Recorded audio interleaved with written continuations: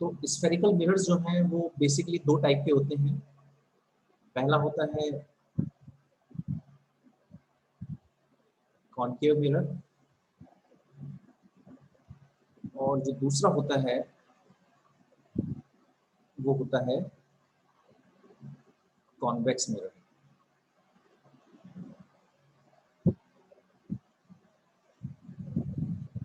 ठीक है, दो टाइप के होते हैं, कॉन्वेक्स एंड कॉनकेव। जो कॉनकेव मिरर है इस तरह का होता है, ये 10th में आई थिंक आप लोग इतना पढ़ चुके हैं। और जो कॉन्वेक्स मिरर है वो इस तरफ से, बाहर की तरफ से उभरा हुआ होता है। इसमें कुछ डेफिनेशंस हैं जो आप लोग आई थिंक पता होंगी। जैसे ये जो सेंटर पॉइंट होता है P, यहाँ पे सेंटर पॉइंट ये वाला होगा इस P, तो P को अपन क्या कहते हैं, पोल। ठीक है, ये मिरर है, इसका इतना पोर्शन रिफ्लेक्शन के लिए अवेलेबल है, देखो यहाँ से यहाँ तक। इसके बाहर रिफ्लेक्शन नहीं हो पाएगा, इसके ऊपर रिफ्लेक्शन नहीं हो पाएगा, इतना पोर्शन रिफ्लेक्शन के लिए अवेलेबल है। यहाँ पे भी इतना पोर्शन रिफ्लेक्शन के लिए अवेलेबल है। तो जो AB है इसको अपन बोलते हैं एपरेचर। एपरेचर वो पार्ट होता है मिरर का जो रिफ्लेक्शन के लिए अवेलेबल है। उसके बाद यहाँ पे C पॉइंट होता है, यहाँ पे ये पॉइंट यहाँ होगा, इमेजिनरी होगा। C जो है वो कहलाता है centre of curvature. Centre of curvature क्या होता है कि देखो कोई भी स्फेरिकल मिरर बनाया कैसे जाता है। तो कोई भी स्फेरिकल मिरर, ये एक ग्लास का एक शेल है, शेल ग्लास का एक ऐसा शेल है। इसको अगर अपन यहाँ से कट कर दें तो ये जो पोर्शन बनेगा, देखो ये वाला, यहाँ पॉलिश कर दिया अपन ने, तो रिफ्लेक्शन कहाँ से हो सकता है, यहाँ से होगा रिफ्लेक्शन, तो ये कॉन्वेक्स बन जाएगा। और अगर इसको काट दिया और यहाँ पे पॉलिश कर दिया और इसको अलग कर लिया तो ये इस तरह का पोर्शन बन जाएगा, तो ये कॉनकेव मिरर बन जाएगा। ये बन जाएगा अपने पास कॉनकेव मिरर। तो एक है अपने पास कॉन्वेक्स और एक है अपने पास कॉनकेव। दोनों एक ही शेल से आए हुए हैं, इसकी कुछ ना कुछ रेडियस होगी और ये इसका सेंटर होगा। तो जिस स्फेरिकल शेल से काट के इनको बनाया जाता है, उस स्फेरिकल शेल का जो सेंटर होता है उसको सेंटर ऑफ कर्वेचर कहते हैं। ठीक है, और आपको ये पता होगा कि सेंटर से अगर कोई भी लाइन हम ड्रॉ करते हैं, सेंटर से कोई भी लाइन यानी रेडियल जो लाइन होती है वो सर्कल पे क्या होती है, एक परपेंडिकुलर होती है। तो इस मिरर पर अगर कभी अपने को परपेंडिकुलर बनाना है तो बस C से एक लाइन खींच दो, ये मिरर पे परपेंडिकुलर होता है। ठीक है, यहाँ बनाना है परपेंडिकुलर तो ऐसा ड्रॉ कर देंगे तो ये मिरर पे परपेंडिकुलर हो जाएगा। ठीक है, ये भी मिरर पे परपेंडिकुलर। इसके बाद एक डेफिनेशन आती है प्रिंसिपल एक्सिस।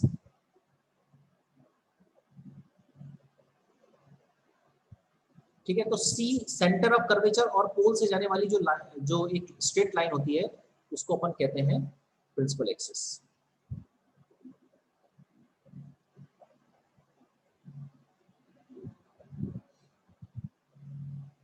ठीक है, आई थिंक ये सब डेफिनेशन आपको पता होगी।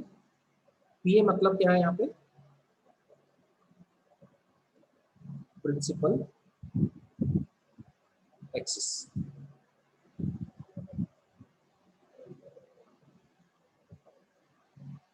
ठीक है,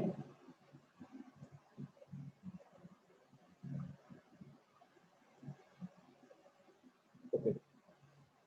इसके बाद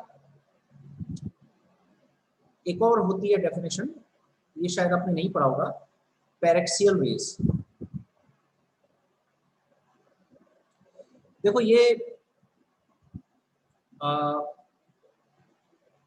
मिरर है, इस पर अपन इस डायरेक्शन में एक रे ड्रॉ करें। देखो ये रे बहुत ऊपर है और ये वाली रेज देखो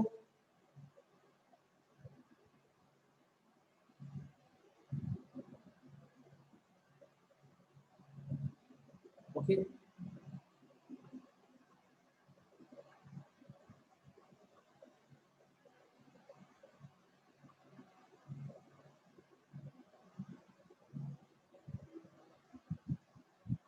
अगर आप यहाँ पे रे देखो, ये रे अपनी फर्स्ट है, ये सेकंड एंड थर्ड है, ये फोर्थ एंड फिफ्थ है, और ये सिक्स्थ है।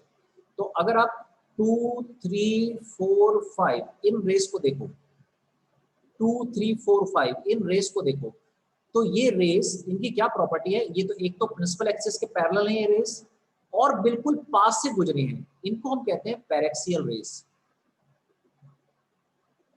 तो ऐसी रेस जो जो मिरर के बिल्कुल प्रिंसिपल एक्सिस के बिल्कुल पास से गुजरती हैं और प्रिंसिपल एक्सिस के पैरेलल होती है, उनको पैरेक्सियल रेस कहते हैं। यहाँ पे पैरेक्सियल रेस कौन सी होंगी,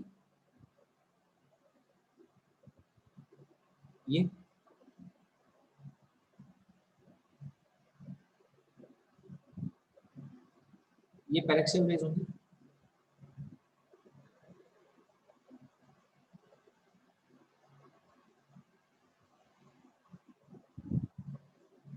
ठीक है, ये समझ में आया पैरेक्सियल रेस।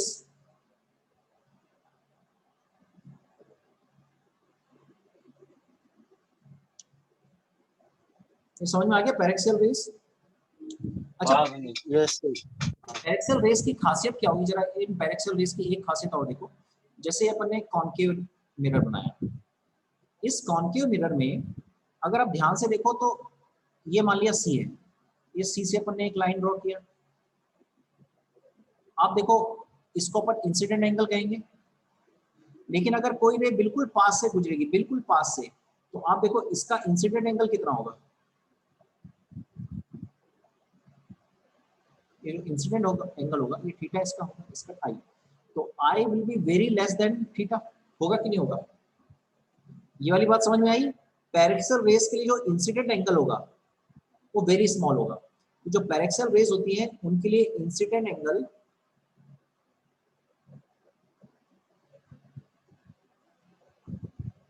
वो स्मॉल होता है।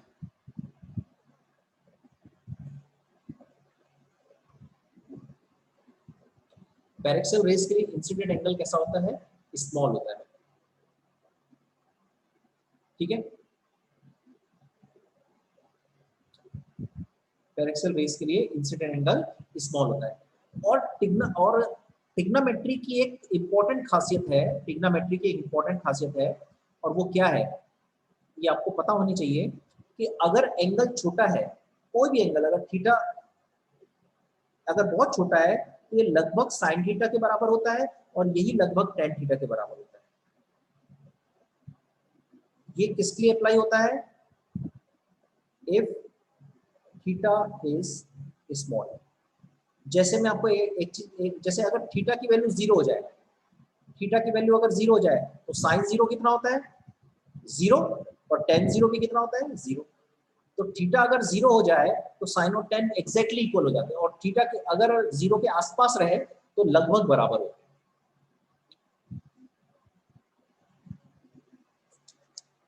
क्या इतनी चीजें समझ में आ गई, क्या मैं आगे बढ़ूं, क्यों भाई। Yes, sir. Okay. So we move on to the first derivation.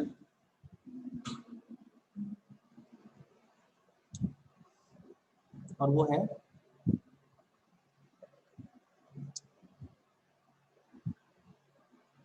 Focal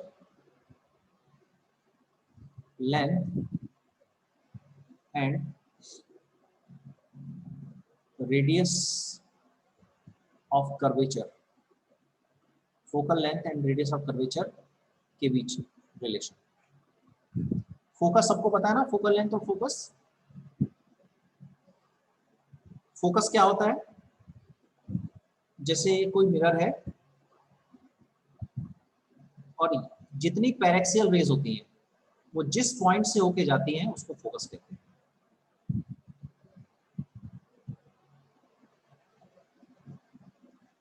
उसको फोकस करते हैं, इसको एफ से शो करते हैं।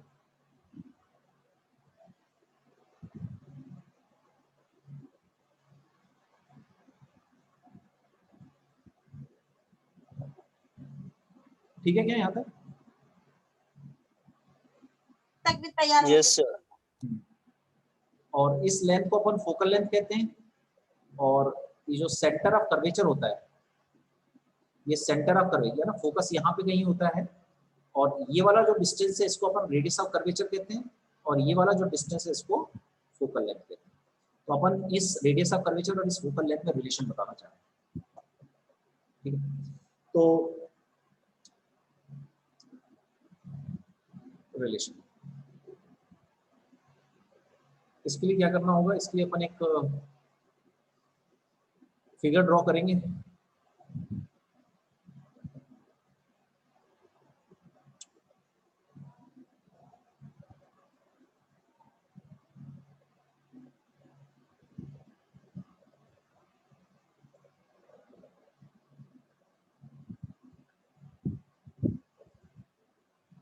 एक फिगर ड्रॉ करना पड़ेगा। Let me try to draw the figure.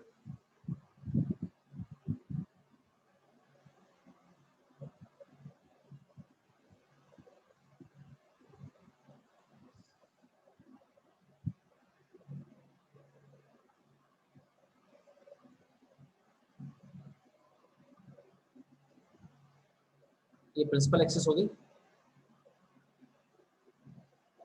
ठीक है? ये C हो गया, C पॉइंट, ये F पॉइंट,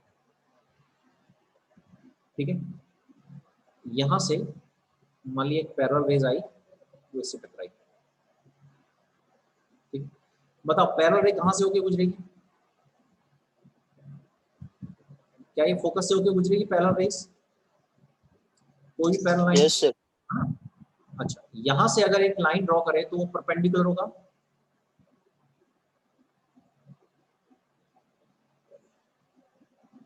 ये परपेंडिकुलर होगा, ठीक है? ये एंगल ऑफ इंसिडेंस, ऐसी रेज आ रही है, तो ये एंगल ऑफ रिफ्लेक्शन। इतनी चीज समझ में आई, ठीक है? अब मुझे बताओ कि इसको नाम देते हैं M, यहाँ पे P है, और ये जो है ये परपेंडिकुलर में ड्रॉ किया P डैश, ठीक है?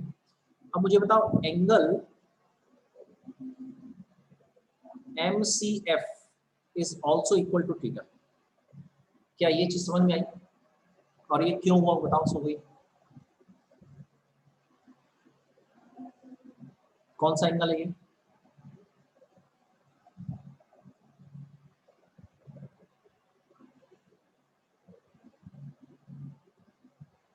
बताओ इस ये वाला एंगल जो है MCF कौन सा एंगल होगा? MCF, ये वाला एंगल और ये वाला एंगल आपस में इक्वल होंगे, क्या इनको अल्टरनेट एंगल कह सकते हैं?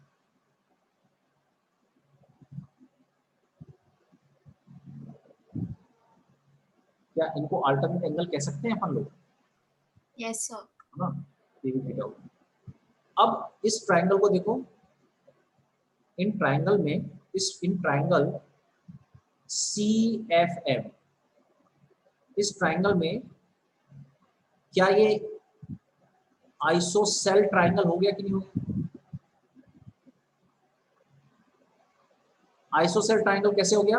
अगर किसी ट्रायंगल के दो एंगल इक्वल हैं तो उनके सामने की साइड भी कैसी हो जाती है? इक्वल हो जाती है,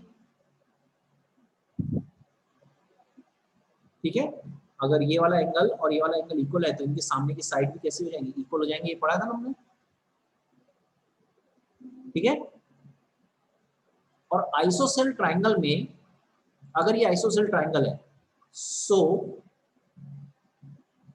FC has to be equal to FM. So FC is approximately equal to FP dash. ऐसा क्यों बोल रहे हैं अपन? कि जैसे मैंने आपको पहले ही बता चुका हूं कि जो कॉनकेव हम इतना बड़ा देख रहे हैं, तो बेसिकली किस कौन सी रेज ले रहे हैं हम लोग? बिल्कुल पैरेक्सियल रेज ले रहे हैं यहाँ पे, ये बिल्कुल यहाँ वाली रेज, और यहाँ से रेज ऐसे रिफ्लेक्ट हो रही है। तो इसमें ये वाला जो पार्ट होगा और ये वाला पार्ट आपस में लगभग इक्वल होगा कि नहीं होगा?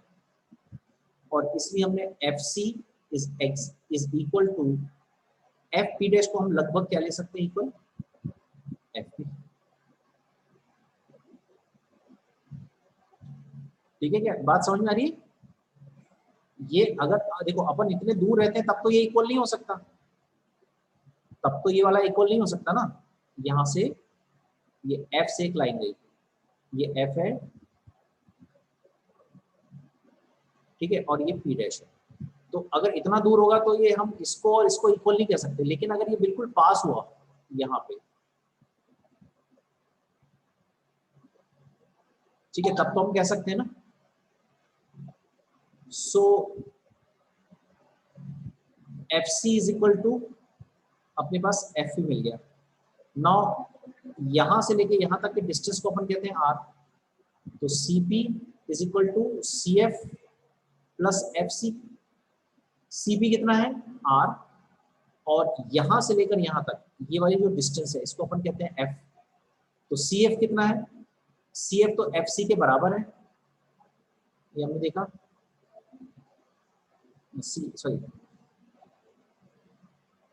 मैंने क्या लिख दिया, C P is equal to C F plus F P. तो सी एफ तो एफ पी के बराबर है, तो इसको अपन एफ पी लिख सकते हैं। तो अपने पास आ जाएगा 2fp, that is 2f, so f is equal to r/2। ये रिलेशन। कोई चीज जो समझ में नहीं आई हो, एनीवन?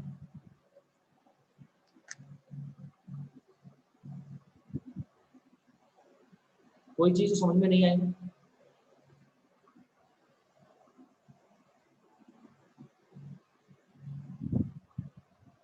कहीं पे भी कोई चीज?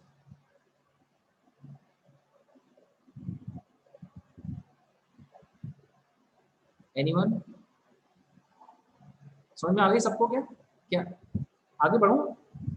Yes, sir. ओके, अच्छा, ये जो अपन ने भी प्रूफ किया, ये अपन ने जो प्रूफ किया, ये अपन ने किसके लिए प्रूफ किया है, कॉनकेव मिरर के लिए प्रूफ किया है। इसी को अपन कॉन्वेक्स मिरर के लिए प्रूफ कर सकते हैं। कॉन्वेक्स मिरर के लिए प्रूफ करने के लिए अपने को क्या करना पड़ेगा, ये अपन ने कॉन्वेक्स मिरर बनाया, ठीक है। ऑब्जेक्ट यहाँ रखा, सी, इसका सी कहाँ होगा, यहाँ कहीं होगा, यहाँ एफ होगा, ओके। और ड्रॉ करें यहाँ से,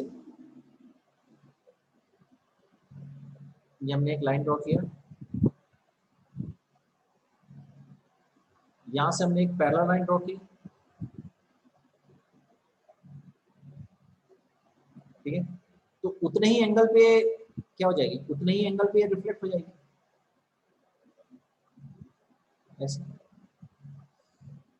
कोई भी पैरेलल लाइंस जो होती है, जो रिफ्लेक्ट हुई है, वो कहाँ से आती हुई लगेगी, Focus. फोकस, ठीक है। अब इसमें एंगल बना लेते हैं हम,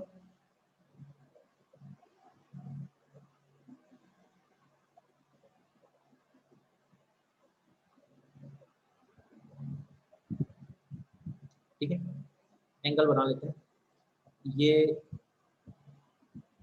ये वाला एंगल थीटा हो गया, ये वाला एंगल थीटा हो गया, ठीक है। अब आप जरा देखें, अगर ये एंगल थीटा है तो क्या ये वाला एंगल थीटा होगा, वर्टिकली अपोजिट एंगल, और ये एक पैरेलल लाइन है, ये एक पैरेलल लाइन है, ये एंगल थीटा है, तो ये वाला एंगल भी थीटा होगा। अल्टरनेट करस्पॉन्डिंग एंगल कहेंगे ये वाला, ये दोनों एंगल करस्पॉन्डिंग हो जाएंगे। ये लाइन काट रही है ना, ये वाली लाइन, ये दोनों एंगल के लिए। तो फिर से क्या हो गया, फिर से हम बोल सकते हैं आइसोसेल ट्रायंगल कौन सा, इसको एम नाम दे दे। देखो आइसोसेल ट्रायंगल, इसमें एफ सी, आइसोसेल ट्रायंगल तो F C equal to M F, और फिर से ये पूरा डेरिवेशन अगर हम करें, ये पूरा डेरिवेशन करें तो बिल्कुल आइडेंटिकल डेरिवेशन आएगा कि नहीं आएगा, बोलो? एक भी चीज चेंज होगी इसमें, जल्दी बताओ। देखो यहां से पूरा आइडेंटिकल डेरिवेशन आ रहा है, एफ सी एम एफ के इक्वल, है ना? पूरा वैसी का वैसी डेरिवेशन है, कोई भी हमने चेंज नहीं किया। तो ये कॉन्वेक्स मिरर के लिए भी हम लोग प्रूफ कर सकते हैं F is equal to R by.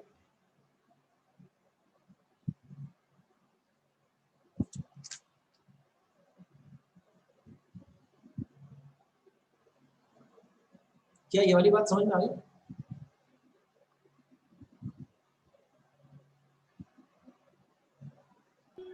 Yes sir. चलो आगे।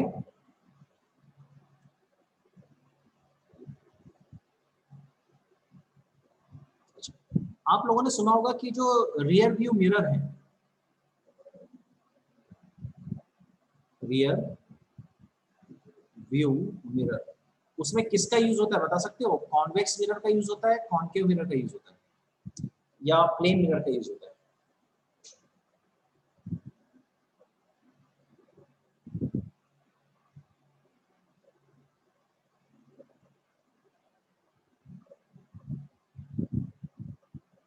बोलो।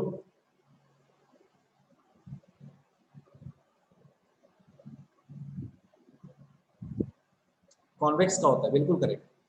तो इसमें अपन कॉन्वेक्स मिरर का यूज करते हैं। ये कॉन्वेक्स मिरर का ही यूज क्यों किया जाता है? तो देखो, अगर अपने पास एक प्लेन मिरर है और यहाँ ऑब्जेक्ट रखा है, तो इसका फील्ड ऑफ व्यू देखो, फील्ड ऑफ व्यू बताया था मैंने, इतना है। लेकिन वही अगर इतना बड़ा कॉन्वेक्स मिरर हो जाए तो इसका फील्ड ऑफ व्यू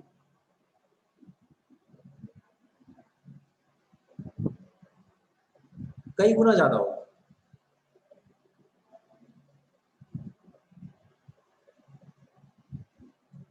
बात आई क्या समझ में?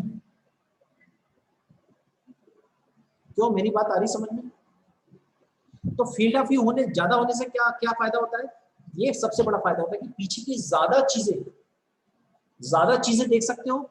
और कॉन्वेक्स मिरर क्या करता है? छोटा करके बताते हैं, तो बड़ी बड़ी चीजों को भी छोटा करके बनाते हैं, तो नंबर ऑफ जो है साइज भी जो है बहुत ज्यादा चीजों को आप देख सकते हो पीछे की। ठीक है, इतना बड़ा ट्रक है, आपको छोटा सा दिखाई देगा, तो ज्यादा चीजें आ जाएगी उतने ही फ्रेम में। जबकि प्लेन मिरर अगर अपन रखेंगे तो प्लेन मिरर में आपको सेम साइज का बताते हैं, बड़ा ट्रक बड़ा ही दिखेगा।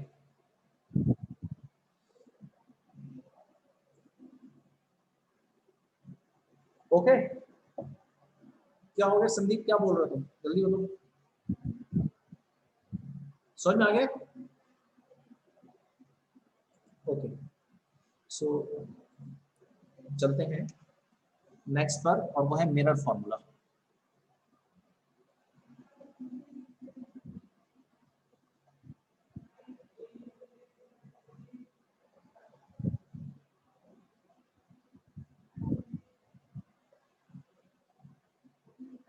नहीं, डिस्टेंस सेम नहीं रहती है लिशा, डिस्टेंस तो अलग अलग होती है। कॉन्वेक्स मिरर में डिस्टेंस सेम नहीं रहेगी, ऑब्जेक्ट और इमेज अलग अलग डिस्टेंस होगा।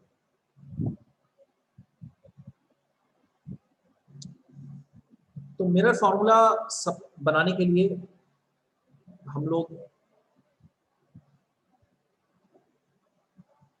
एक लाइन खींच लेते हैं।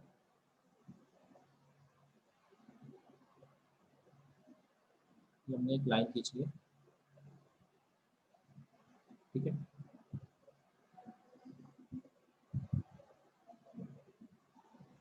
और ये हमारा जो मिरर है, ये देखो मैं बहुत छोटा सा मिरर बना रहा हूँ, क्योंकि हमने पहले ही बोल दिया पैरेक्सियल रेस से हम काम चलाएंगे, मिरर के बिल्कुल पास वाली। इसको समझाने के लिए मैंने इतना एक्सटेंड कर दिया, ये लाइन बनाया, ठीक है। ये यहाँ से इसकी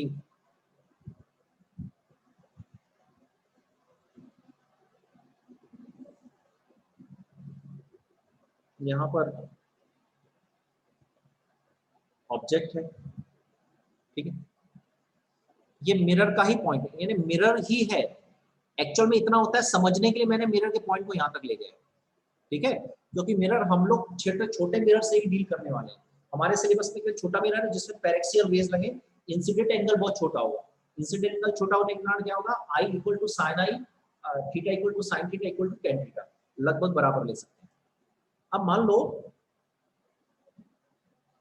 ऑब्जेक्ट है, यहां से एक लाइन मिरर में टकराई तो ना, नहीं टकरा हम यहाँ रहे हैं, एक्चुअल में टकरा कहाँ रही है यहाँ, लेकिन वो समझ में नहीं आएगा, फिगर नहीं बनेगा, इसलिए थोड़ा समझाने के लिए ऊपर बना रहे हैं। ठीक है, यहाँ कहीं है सी, सी से एक लाइन ड्रॉ किया हमने, सी का ये परपेंडिकुलर लाइन होगी, देखो ये वाली बात समझ में आएगी, परपेंडिकुलर लाइन होगी, ये इंसिडेंट एंगल आई, और ये लाइट, ये जो रे है ये लौट के कहाँ पे आई, यहाँ से सीधी चल गई। तो इसकी जो इमेज है ऑब्जेक्ट की ऐसे गुजर गई यहाँ से, तो ये ऑब्जेक्ट की इमेज बन गई। ठीक है, एंगल्स बना लेते हैं, इसको अल्फा एंगल कहते हैं, इसको बीटा एंगल कहते हैं, इसको गामा एंगल कहते हैं। ठीक है, alpha angle, beta angle, gamma angle. ठीक है, 3 एंगल हो गए। अब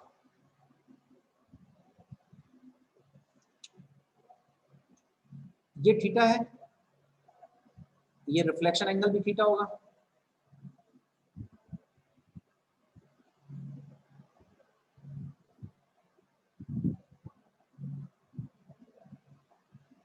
ठीक है, ओके, मिरर फॉर्मूला लोग डेराइव करने वाले हैं, तो इसमें देखो सबसे पहले क्या ये लिखा जा सकता है, सबसे पहले तो आप लोग ये बताओ, क्या अगर मैं ऐसा लिखूं तो आपको समझ में आता है, मैं लिख रहा हूं alpha is approximately equal to 10 alpha, beta is approximately equal to 10 beta and gamma is approximately equal to 10 gamma।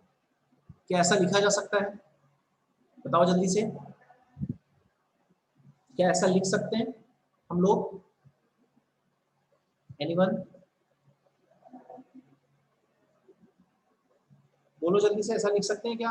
क्यों लिख रहे हैं ऐसा? क्योंकि देखो ये जो रे यहाँ आपको दिख रही है यहाँ टकराते, एक्चुअल में कहाँ टकरा रही है, यहाँ पर, तो ये सब एंगल कितने होंगे, बहुत छोटे, और अगर एंगल बहुत छोटा है तो अल्फा को, किसी भी एंगल को उसके साइन थीटा या टेन थीटा से कंपेयर किया जा सकता है। ये वाली बात समझ में आ रही है क्या? क्यों, मेरी बात समझ में आई? Yes sir. हाँ, अच्छा, टेन अल्फा क्या लिख सकते हैं, देखो यहाँ से, इसको अपन पी कह देते हैं, टेन अल्फा क्या लिख सकते हैं, देखो PM upon PO. Tan beta को क्या लिख सकते हैं, बीटा को परपेंडिकुलर अपॉन पीसी, और टेन गामा को क्या लिख सकते हैं, पीएम अपॉन पीआई। ठीक है, okay, now let us take triangle. अपने पास एक ट्रायंगल है सीएमओ, देखो कहां पे ट्रायंगल है सीएमओ, ये देखो ये वाला ट्रायंगल है, ये दिख रहा है ट्रायंगल, ये वाला,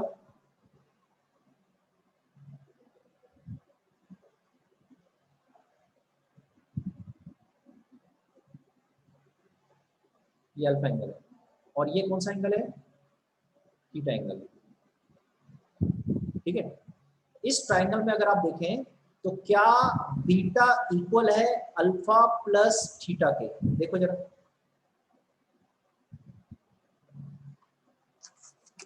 क्या बीटा इक्वल है अल्फा प्लस थीटा के? Yes sir. Exterior angle property कहते हैं। ओके, इससे थीटा निकाल लेता हूं, theta is equal to beta minus alpha, equation number 1। Okay, अब हम ट्रायंगल लगाते हैं, एक और ट्रायंगल लगाते हैं, ट्रायंगल जो है अपने पास, एक ट्रायंगल है आईसीएम, आईसीएम ट्रायंगल देखो कहां पे आईसीएम ट्रायंगल, ये देखो आईसीएम ट्रायंगल,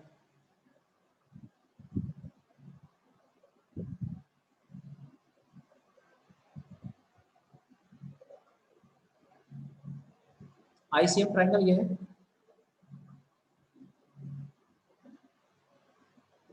दिख रहा है ICM triangle.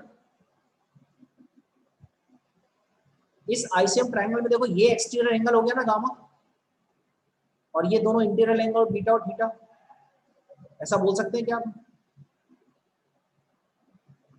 Gamma is equal to theta plus beta, तो यहाँ से थीटा क्या निकल जाएगा, गामा माइनस बीटा। ये समझ में आया दोनों? बाय 1 माइनस 2 तो क्या मिलेगा, theta is equal to beta minus alpha, और यहाँ थीटा इज इक्वल टू क्या है, गामा माइनस बीटा। इन दोनों को माइनस करेंगे तो ये माइनस और ये प्लस, ये कैंसिल हो गया, तो 0 इज इक्वल टू बीटा, ये बीटा 2 बीटा हो जाएगा, बीटा बीटा 2 बीटा हो जाएगा, okay, minus alpha minus gamma, तो alpha plus gamma is equal to कितना हो जाएगा, 2 बीटा। क्या इतनी चीज समझ में आई? सभी को समझ में आई इतनी चीज? क्यों भाई, बोलो जल्दी Yes, से। sir. ओके, अच्छा अब इसमें देखो, अल्फा की वैल्यू कितनी है, देखो यहाँ से PM upon PO, plus gamma की वैल्यू कितनी है, देखो ये वाली PM upon PI is equal to, और बीटा की वैल्यू देखो कितनी है, बीटा की value PM upon PC. PM common निकल के कैंसिल हो जाएगा, तो क्या बचेगा, 1 upon PO plus 1 upon PI is equal to 1 upon PC. 1 upon PO की वैल्यू कितनी, देखो पी और ओ की वैल्यू, ये ऑब्जेक्ट डिस्टेंस है कि नहीं, बोलो ये ऑब्जेक्ट डिस्टेंस है, 1 अपॉन पीआई, पीआई क्या है, ये इमेज डिस्टेंस है, ये इमेज डिस्टेंस है ना ये वाला, Yes, sir. हाँ, और पीसी क्या है, पी से लेके सी तक क्या है, ये पी से लेके सी तक क्या है, ये रेडियस ऑफ कर्वेचर है ना, तो इसको अपन क्या लिखेंगे, 1 अपॉन आर। अच्छा ये 2 था, सॉरी यहाँ पे ये 2 बीटा है ना, 2 बीटा है, तो यहाँ पे 2 आ जाएगा, ये 2 आ जाएगा, बोलो, तो 1 upon U plus 1 upon V is equal to R की वैल्यू, इसके पहले अपन ने डेरिवेशन किया था, ये डेरिवेशन किया है, आर इज इक्वल टू कितना होता है, 2f, तो 2 अपॉन यहाँ लिखेंगे 2f, 2 से 2 कट गया, तो 1 upon U plus 1 upon V plus 1 upon U is equal to 1 upon F. This is known as mirror formula, this is known as mirror formula.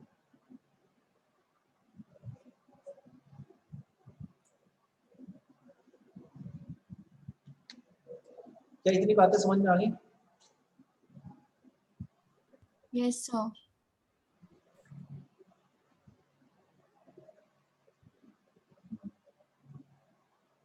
चलिए, तो ये डेरिवेशन हो गया मिरर फार्मूला का।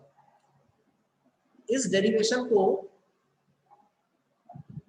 अच्छा इसमें अपन साइन कन्वेंशन ले सकते थे, साइन कन्वेंशन में क्या कोई फर्क नहीं पड़ता, क्यों, क्योंकि साइन कन्वेंशन में देखो सभी नेगेटिव आते, u भी नेगेटिव आता, r भी नेगेटिव आता, और v भी नेगेटिव आता, ये v भी नेगेटिव आता, तो सभी नेगेटिव आते, और सब नेगेटिव आते भी तो नेगेटिव नेगेटिव सारे क्या हो जाते हैं, पॉजिटिव।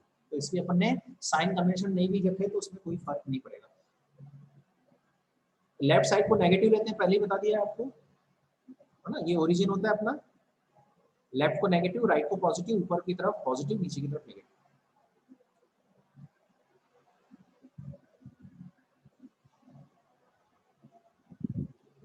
ओके, तो ये अपन ने किससे प्रूफ किया है, कॉनकेव मिरर से। आपका एक होमवर्क है, होमवर्क लिखो, prove mirror formula from convex mirror, ये आपका होमवर्क है, मिरर फॉर्मूले को कॉन्वेक्स मिरर से प्रूफ करो।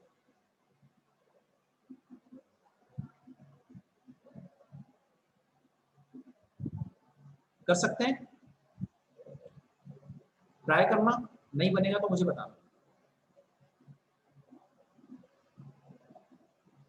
Proof mirror formula by convex mirror.